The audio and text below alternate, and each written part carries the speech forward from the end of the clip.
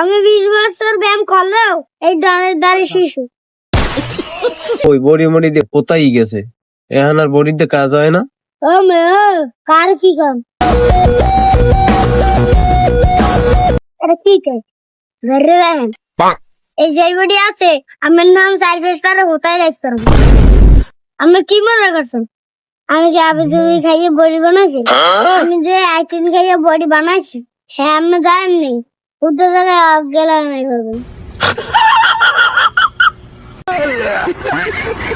আপনি কি কি আইটেম খাইয়ে বানাইছেন একটু শুনি।